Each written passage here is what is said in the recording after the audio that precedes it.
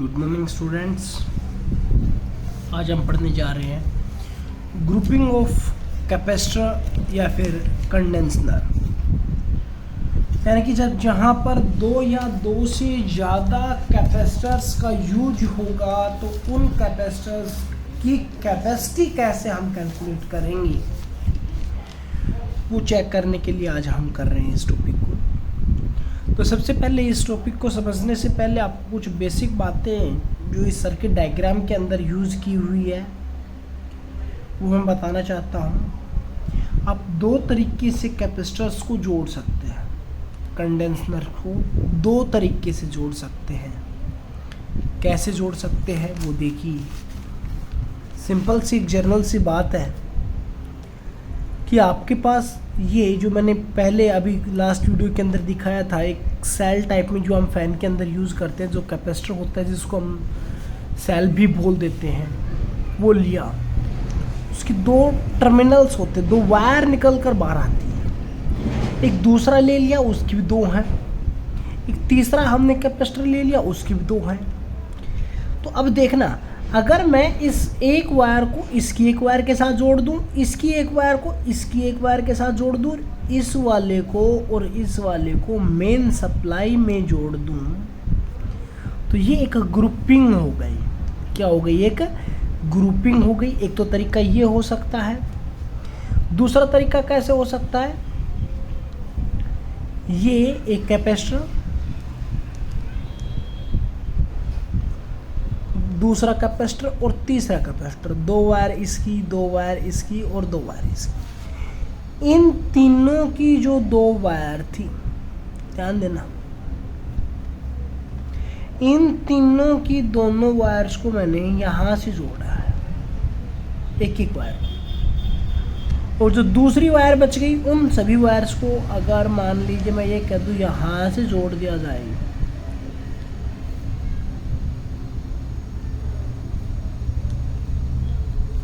समझना आप, यानी कि तीन कैपेसिटर हो गए, तीनों की दो दो वायर हो गई, और इन तीनों वायर्स को तो जोड़ दिया मैंने एक पॉइंट से, और इन तीनों वायर्स को जोड़ दिया मैंने एक पॉइंट से, इनको एक जोड़ दिया सेल से।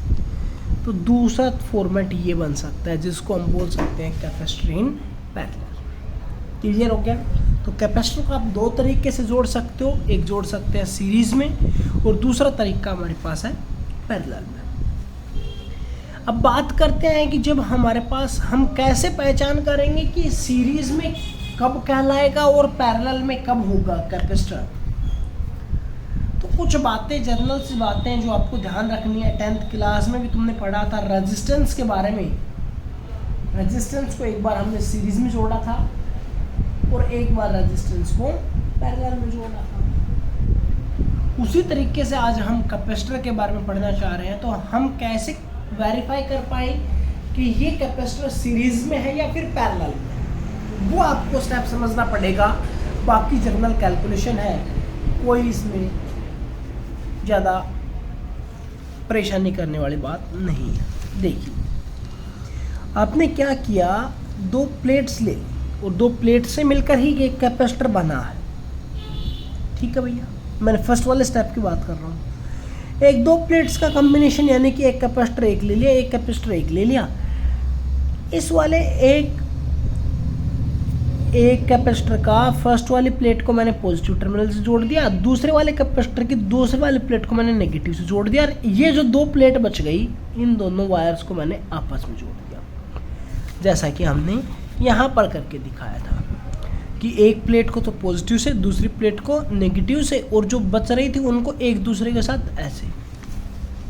अब सोचना, इधर पॉजिटिव पोटेंशियल, इधर नेगेटिव पोटेंशियल। पॉजिटिव पोटेंशियल होगा तो इस वाले सरफेस के ऊपर क्या होगा? पॉजिटिव चार्ज स्टोर होगा। ये वाला सरफेस इलेक्ट्रिकली न्यूट्रल था, तो इधर तो नेगेटिव चार्ज इंड्यूस्ड हो जाएगा। कितना होगा? अगर इसके पास प्लस क्यू है तो इधर कैसा हो जाएगा? Minus Q. और इस सरफेस से इधर कैसा चार्ज हो जाएगा? Plus Q. यानी कि अगर ये प्लस क्यू है तो ये माइनस क्यू इंड्यूस्ड होगा, इधर प्लस क्यू होगा। इन दोनों को जोड़ देंगे तो फिर दोबारा से इलेक्ट्रिकली न्यूट्रल। तो इधर कितना चार्ज हो गया? Plus Q. ये वाला पॉजिटिव चार्ज इस पॉजिटिव चार्ज को क्या करेगा, रिपेल, वायर है तो ये चार्ज इधर चला जाएगा, तो इस वाली प्लेट के पास कैसा चार्ज आ गया, जो ये वाला प्लस क्यू चार्ज था ये किधर आ गया, इसके पास। ये क्या करेगा, इधर माइनस क्यू चार्ज को इंड्यूस्ड कर देगा। क्लियर, जो नेगेटिव टर्मिनल से जुड़ा हुआ है। क्लियर, तो ये एक प्रोसेसिंग होता है।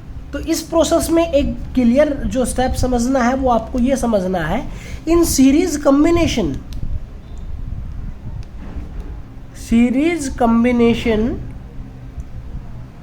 Charge is same. देखो सभी में क्या है, चार्ज सेम है, प्लस माइनस, लेकिन है क्या, Q Q Q. Clear, series combination में जब कभी भी कैपेसिटर्स जुड़े होंगे तो उनके अंदर जो चार्ज स्टोर होगा वो कैसा होगा, सेम होगा। क्लियर, पोटेंशियल जो होगा वो कैसा होगा, डिफरेंट होगा। ध्यान रखना, पोटेंशियल डिफरेंट। जैसा कि आपने 10th क्लास में मैंने अभी बताया, रेजिस्टेंस पढ़ा था कि करंट वहाँ पर चार्ज नहीं था, वहाँ पर क्या था, करंट सेम, पोटेंशियल डिफरेंट। वही सेम स्टेप यहाँ पर है, charge same, potential difference different. Clear, मैंने क्या किया, 3 कैपेसिटर्स माने, C1, C2, C3। इन दोनों टर्मिनल्स के बीच में या तो एक बैटरी सेल मान लीजिए, अब सिंपली मैंने लिख दिया कि V वोल्ट है, तो इसका मतलब एक बैटरी है जिसका पोटेंशियल V वोल्ट है। ठीक है, इसके पास चार्ज गया, कैपेसिटेंस भी है, चार्ज भी है, पोटेंशियल भी है। पोटेंशियल कितना है, V1, पोटेंशियल डिफरेंट, तो इसके अक्रॉस V1, इसके अक्रॉस V2, इसके अक्रॉस V3। लेकिन अगर मैं V1, V2, V3 का सम करूंगा तो V के बराबर ही होगा, टोटल के बराबर। इसलिए मैंने लिखा V that is equals to V1 plus V2 plus V3।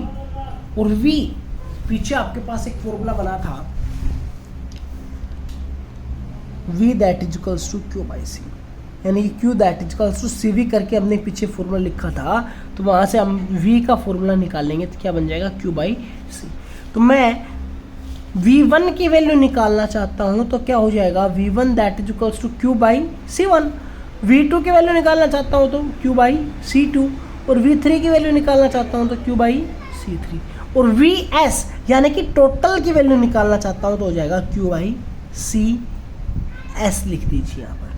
Clear, CS क्यों लिखा, क्योंकि टोटल कैपेसिटेंस इन सीरीज के लिए वर्ड यूज कर रहा हूँ। क्लियर, तो क्या हो गया, V की हटाकर Q बाई CS लिख दिया, V1 को हटाकर Q by C1, V2 Q by C2, Q by C3, Q को कॉमन ले लिया है तो यहाँ पर बन गया 1 by C1 plus 1 by C2 plus 1 by C3, Q से Q कैंसिल, तो फॉर्मूला हमारे पास ये बन गया।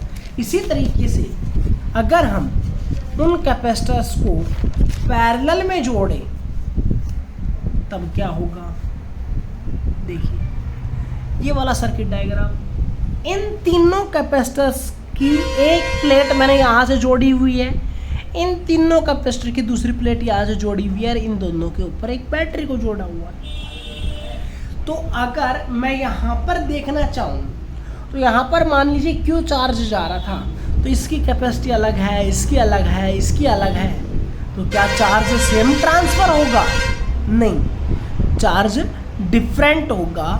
तो इस वाले के पास मान लेते चार्ज चला गया Q1, इसके पास Q2, इसके पास Q3। अब एक पॉइंट निकल कर सामने ये आया कि पैरेलल कॉम्बिनेशन में चार्ज डिफरेंट है। क्लियर, लेकिन तीनों जो कैपेसिटर है वो जुड़े हुए हैं इन 2 पॉइंट से ही, इन दोनों पॉइंट्स के बीच में पोटेंशियल है V वोल्ट, तो मतलब तीनों कैपेसिटर के पास पोटेंशियल सेम होगा, चार्ज डिफरेंट होगा। क्लियर, तो अगर मैं यहाँ पर ये टोटल चार्ज Q की वैल्यू निकालना चाहूँ तो क्या हो जाएगा, Q1 plus Q2 plus Q3 के बराबर। तो इन तीनों का formula Q that is equals to CV से निकाल सकता हूँ। तो टोटल चार्ज को तो क्या लिख सकता हूँ, total capacitance into total potential, CP into V। CP मतलब capacitance in parallel. Clear, Q1 की जगह पर C1V, Q2 की जगह पर C2V, Q3 की जगह पर C3V, V से V कॉमन लेने के बाद हमने ये बना लिया है CP that is equals to C1 plus C2 plus C3 बन गया। एन कैपेसिटर्स होंगे तो उनके लिए एल्जेब्रिकली सम का यूज़ कर लिया जाएगा और हम उसके लिए फॉर्मूला ये लिख सकते हैं। Thank you.